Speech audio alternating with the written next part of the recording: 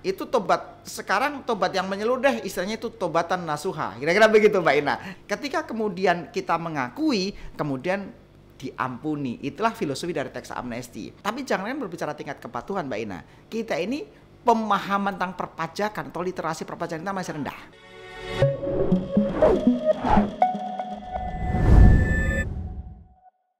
Sobat Cari Tahu, masih bersama saya lagi Ida di segmen ketiga dan tentunya masih bersama Pak Ajib juga Pak. Dan kita akan membahas mengenai wacana nih Pak, bahwa pemerintah akan adanya wacana program pengampunan pajak atau tax amnesty jilid 3.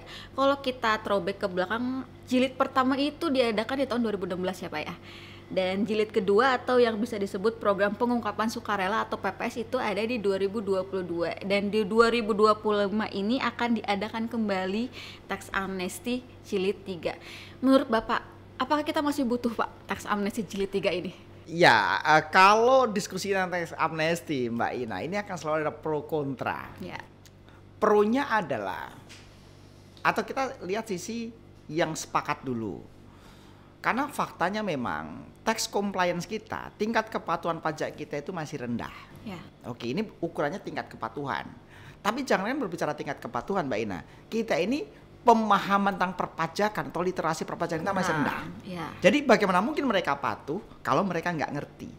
Jadi tahapan dari edukasi kita pun masih kurang. Tahapan literasi perpajakan kita masih kurang. Kemudian kita step kedua berbicara masalah tax compliance. Kalau tax compliance lebih kepada kultur. Jadi satu berbicara edukasi, dua berbicara kultur. Dari dua hal ini, faktanya adalah tax compliance kita rendah. Tingkat kepatuhan pajak kita rendah. Indikatornya apa? Sederhananya adalah tax ratio. Tax ratio kita hanya kisaran 10%. Kira-kira begitu. Nah, sehingga kemudian perlu sebuah terobosan.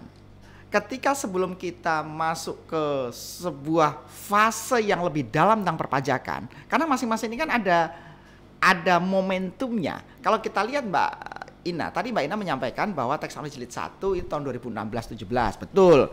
Karena kan masa-masa itu ada namanya Panama Paper, ada banyak sekali harta-harta yang belum terungkap, baik itu harta di luar negeri, itu yang namanya kemudian akan direpatriasi, kemudian dana dalam negeri juga gitu yang belum diungkap. Ada momen-momen seperti itu. Kemudian tahun 2022 kenapa ada tadi yang namanya pengungkapan sukarela atau PPS atau kita katakan dengan tax amnesty jilid 2, karena waktu itu juga mulai berlakunya undang-undang HPP.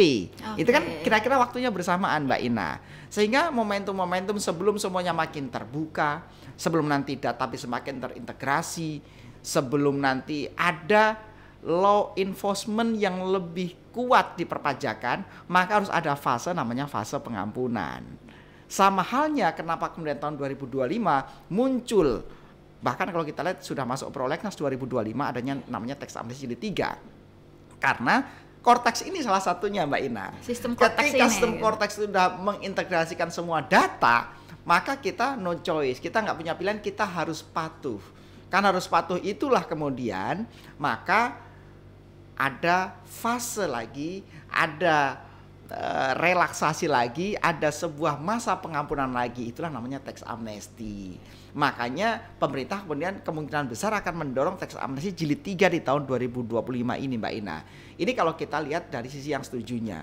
Karena Mbak Ina bisa bayangkan ketika Cortex itu nanti kita punya tabungan berapa terdata di situ. Kita punya mobil, kita punya motor, kita punya rumah, kita punya perusahaan, semuanya itu terintegrasi dalam Cortex. Sehingga sebelum masa Cortexnya itu firm, maka kemudian ada satu masa lagi namanya tax amnesty. Itu yang menjadi harapan kita. Itu sisi pro-nya, sisi yang sepakatnya. Tapi memang kemudian Mbak Ina, bahwa tax amnesty selalu akan memunculkan kontranya. Kenapa? Karena namanya tax amnesty pasti berbanding terbalik dengan yang namanya keadilan. Ya, betul. Karena yang mendapatkan manfaat atas tax amnesty hampir semuanya adalah orang yang sebelumnya tidak patuh. Narasinya begitu, ini faktanya. Justru kenapa judulnya pengampunan adalah karena orang mengakui dulu nih, oh iya saya salah, oh iya saya tidak lapor, oh iya saya tidak bayar pajak dengan benar. Ini ada harta-harta kita nih. Karena kemarin dari saya kerja dapat duit banyak, saya kerja dapat bonus, nggak lapor pajak nih, nggak store pajak. Maka tahu-tahu jadi harta nih, jadi tabungan, jadi rumah, jadi ruko, jadi mobil, jadi saham, dan lain-lain. Ketika kemudian kita mengakui, kemudian diampuni. Itulah filosofi dari tax amnesty. Jadi kenapa ada kontranya? Karena orang yang mendapatkan manfaat lebih atas program tax amnesty ini adalah tentunya orang yang sebelumnya tidak patuh.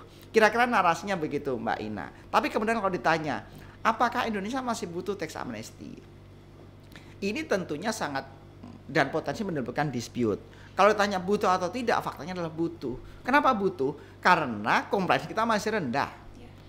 Tapi memang kemudian jangan sampai ini menimbulkan sebuah kesengajaan. Oh, dulu pernah ada 1 nih, ada 2, ada 3. Udahlah kita nggak usah patuh aja deh. Siapa tahu nanti ada yang keempat. Betul. Memang begini Mbak Ina, dalam satu paket kebijakan seharusnya ketika selesai ada amnesti harus langsung diikuti dengan law enforcement.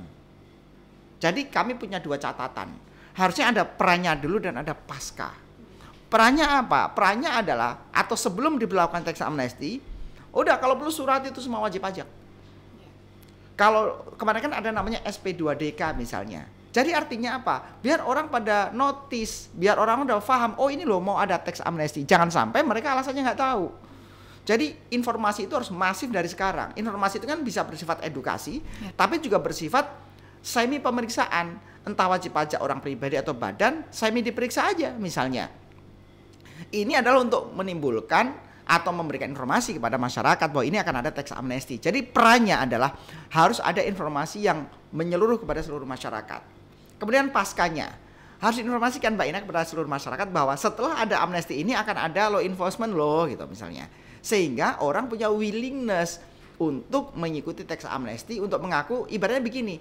Ya udah kalau mau tobat, itu tobat sekarang tobat yang menyeluruh deh, istilahnya itu tobatan nasuha. Kira-kira begitu Mbak Ina. Jadi istilahnya itu jangan nanti tobatnya sekarang tobat, tahun depan ngulangin kesalahan lagi. Jadi ini yang kita butuhkan. Perannya bagaimana, paskanya bagaimana. Jadi ini tidak selesai dengan hanya masalah tax amnesty Mbak Ina. Kira-kira begitu.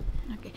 Kalau misalnya kita lihat dari sisi pelaku usaha atau emiten nih Pak, dengan adanya tax amnesty jilid 3 ini, apakah efeknya berdampak baik atau malah jadi rentan untuk beberapa sektor? Sebenarnya begini, kalau untuk emiten berarti perusahaan yang memang sudah go public atau bahkan juga perusahaan-perusahaan yang masih belum go public. Ini menjadi sebuah kesempatan bagus karena banyak sekali bagaimana kita melakukan proses bisnis, kita melakukan bisnis scheme yang belum tentu comply dengan perpajakan. Makanya kemudian kalau kita misalnya kita berbicara laporan keuangan aja Mbak Ina, ini kan kita punya laporan keuangan komersial.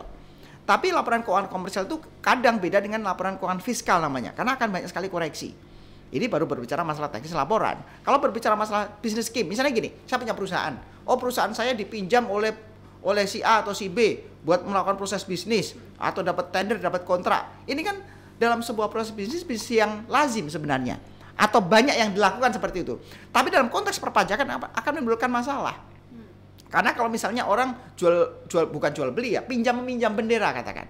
Orang pinjam bendera, maka udah otomatis di perusahaan itu akan tertulis mereka masih punya untung banyak. Padahal faktanya adalah keuntungan itu sudah diambil oleh pemilik proyek. Tapi terkadang pemilik proyek dengan pemilik perusahaan kan beda nih. Ini sekedar satu contoh kasus ya. Tapi banyak sekali contoh kasus yang lain sebenarnya yang notabene ketika kemudian teman-teman pengusaha melakukan sebuah proses bisnis yang tidak comply dari si perpajakan, maka akan menimbulkan aspek denda pajak, aspek-aspek sanksi pajak dan lain-lain. Tapi kemudian ketika kemudian ada tax amnesty, maka tentunya perusahaan-perusahaan ini bisa mengikuti tax amnesty bahwa oke, ini sekalian dilaporkan bahwa kemarin ada aspek pajak yang tidak benar, maka ini kemudian bisa potensi diampuni. Jadi poinnya Mbak Ina, ini bermanfaat buat emiten dan juga buat perusahaan-perusahaan yang juga masih tertutup. Kira-kira begitu. Lalu apa nih Pak yang harus dipersiapkan oleh emiten atau para pengusaha ini untuk dapat memanfaatkan tax amnesty yang secara optimal nantinya Pak? Tentunya mendata ulang. Mana aset-aset yang sebelumnya tidak terlaporkan.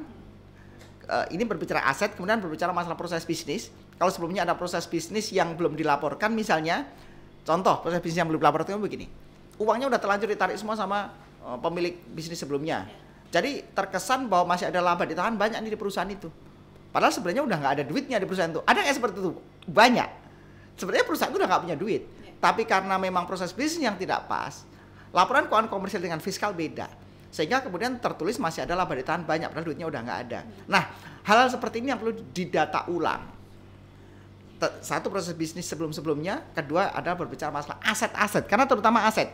Identifikasi dari pajak, orang pajak atau tax officer itu simple Mbak Ina sebenarnya. Berapa harta yang kita punya di ujung gitu.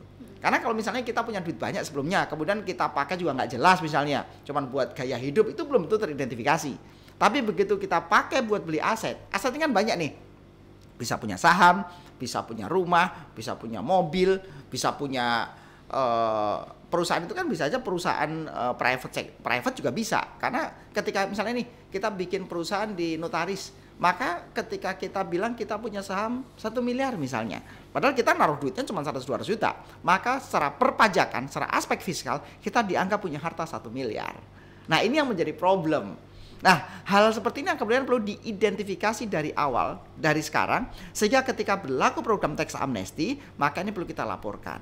Sehingga kita sudah well prepare, kita sudah siap, dan kita bisa memanfaatkan momentum terbaik dengan adanya program tax amnesty jilid 3 Mbak Ina. Walaupun kita akan menunggu kebijakan seperti apa secara teknis dan secara detail. Apakah seperti halnya jilid pertama, apakah seperti halnya jilid kedua, atau ada sebuah pola kebijakan yang baru nanti di jilid ketiga ini. Kira-kira demikian Mbak Ina. Dan tentunya kita harapkan juga bahwa nanti literasi-literasi ataupun informasi-informasi bisa lebih masif ya Pak, agar kita mungkin pelaku usaha, masyarakat dan lainnya pun lebih paham lagi dengan kebijakan-kebijakan dari kebijakan fiskal 2025 ini ya Pak. Ini menarik sekali Pak, kita sudah membahas tentang core tax, tentang PPN 12% dan juga tax amnesty jilid 3 ini, yang mana kita menyambut dengan baik juga ya Pak, menjadi suatu manfaat khususnya bagi pelaku emiten juga. Dan di segmen terakhir Pak, kita akan membahas secara keseluruhan mengenai adanya kebijakan fiskal 2025 ini, dan juga mengenai salah satu kebijakan yang akan muncul lagi ya Pak nanti. Tapi sobat cari tahu jangan kemana-mana, kita tetap ngobrol mengenai kebijakan fiskal 2025 bersama Pak Ajib. Jadi sobat cari tahu jangan kemana-mana.